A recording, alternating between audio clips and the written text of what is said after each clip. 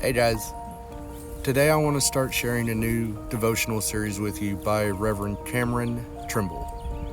There are moments in history when it feels like the very architecture of reality is cracking apart.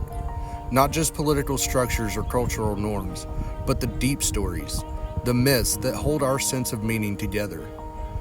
Lucky us that we live in such a time. The MAGA movement and the Christian nationalist ideology that animates it is not just pushing policies or fighting culture wars. It's fighting for the survival of a myth. The myth says there is a divine order to the world. Men lead, women serve, and everything in nature, including human nature, has a fixed place. Time moves forward in a straight line toward progress, and that progress depends on control through domination. God is king, hierarchy is sacred, and deviation is dangerous. When that order is threatened, the fear isn't just cultural, it's cosmological. When MAGA people say, "Make America great again," it's more than nostalgia for a simpler time. It is a desperate attempt to resurrect a totalizing fantasy that never truly existed, but that for a time held enormous power. Now that power is unraveling. When dominant systems feel themselves unraveling, they do not surrender quietly. They scramble to restore order, and that desperation shows up in familiar forms. Moral panic. Something's corrupting our children, our families, and our civilization. Boundary enforcement. Here's who belongs, and here's who doesn't. Scapegoating. Blame them so we don't have to look at what's truly broken. In this frame, ideas of inclusion and diversity are corrupting our children. Brown-skinned and non-English speaking people don't belong, and blame for all of our woes can be placed at the feet of LGBTQ and Black people, as well as women. It's an old lie. Why is it all falling apart now? Because the story requires suppression to hold.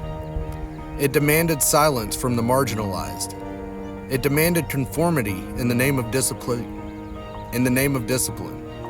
It required the myth of innocence, the denial of harm, the erasure of complexity. But the myth is cracking, not because of rebellion, but because of truth.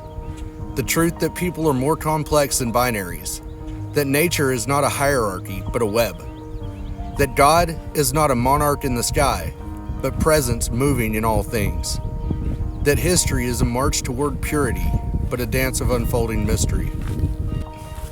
This collapse is painful, but is also holy. It's what theologian Dorothy Salyer once described as God's revolution, the undoing of what never should have been.